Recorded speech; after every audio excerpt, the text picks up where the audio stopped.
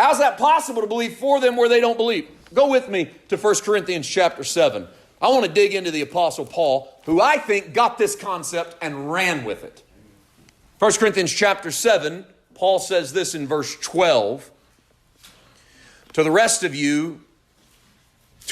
I, not the Lord, say, if any brother has a wife who does not believe and she's willing to live with him, let him not divorce her. And the woman which has a husband that doesn't believe, if he's pleased to dwell with her, let her not leave him. This is an interesting statement, 12 and 13. It's Paul basically saying, look, if you're married to someone and they're not a believer, as long as they're okay living in your house with you, don't leave them because they're not a believer. Stay with them. Well, why? And if your answer is because God hates divorce, then I encourage you to read on. Okay? Listen, I don't think God likes divorce either, but he's the one that gave Israel the bill of divorcement. And God's not prone to go do a bunch of stuff he hates. Are you with me? It's not as if God had his arm twisted and went, all right. Well, I don't like it, but against my better judgment, I'm going to do this.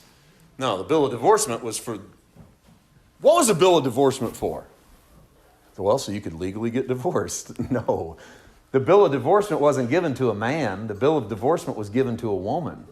And why was it given to her?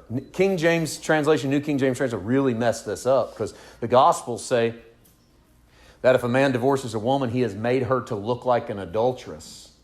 He has made her to commit adultery, rather, if she marries another man. And so a lot of people in the church, I don't know why I'm on this. I'm going to go ahead and chase this rabbit down for a second while I'm here because we've already stepped out of the boat.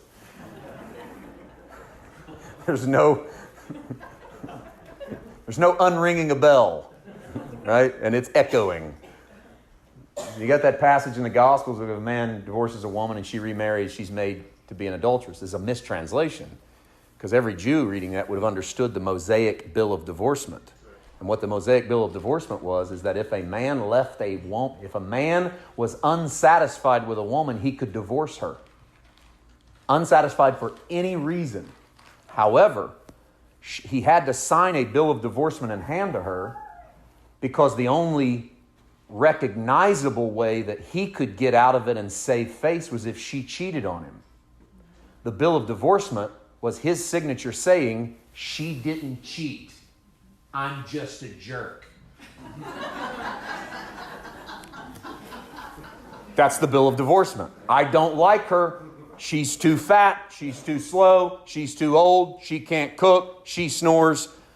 He could list anything, but he had to sign it.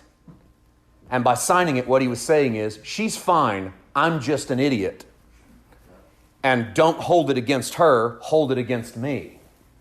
So the bill of divorcement was not God going, yeah, you guys get divorced if things don't work out. The bill of divorcement was, fellas, if you want a divorce, you better remember that she gets to carry this bill with her into every relationship and remind the next guy of the jerk she just came from, and every one of her friends gets to read that bill of divorcement. So if you mess up with her, you're probably not getting another one. That was God's whole motivation.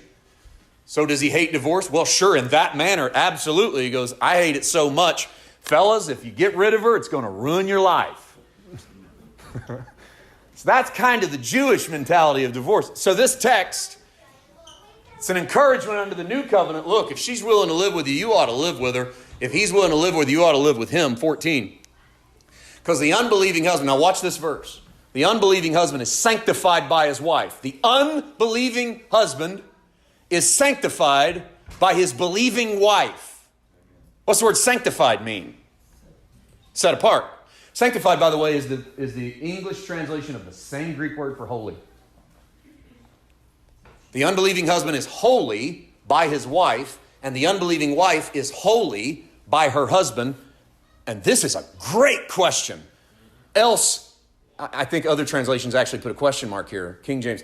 Else were your children unclean, but now they are holy. Or you could say it this way. How could your children be sweet little angels, which you think they are? Beautiful little babies. Look at them. So innocent before God on the earth.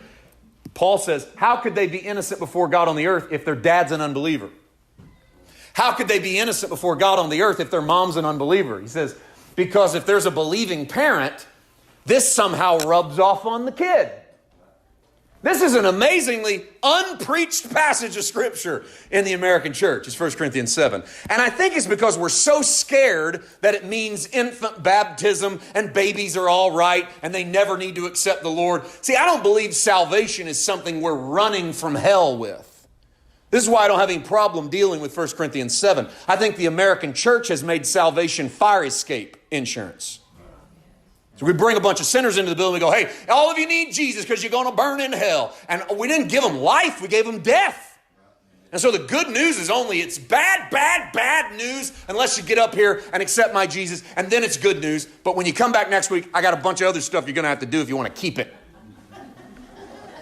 Good news goes sour real fast. A lot of places, right?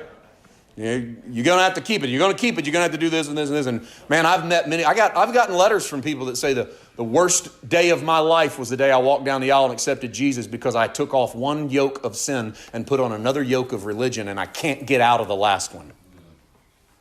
Said I got out of the first one, but I can't find my way out from under the last yoke because all everybody wants me to do is work and earn. Because I don't preach the gospel as fire insurance, I preach the gospel as the way to have heaven on the earth. It's the way to have the life of God in your life. See, because to me, that's good news. If you come in and I go, hey, I'd like to introduce you to Jesus because he's not dead anymore, he's resurrected. And if that's real, that means he's a resurrected man and he disappeared into the heavenlies so that he could reappear in your heart. Wouldn't you like to know what that's like? What would your marriage look like if you let Jesus reappear in your heart? What would your children look like if you let Jesus reappear in your rearing your children? What would your life look like at work if you let Jesus reappear on the assembly line? Now that's salvation. That's you being saved from you. You're your biggest problem. Let me say that again. Let that soak in. Salvation is you being saved from you. You've been a slave to the first Adam since you were born. He makes stupid decisions. His life is death. And then you meet Jesus, the last Adam. And the last Adam moves into your life and says, you've never even known what it means to truly live. And now you do. And I'm at home in you.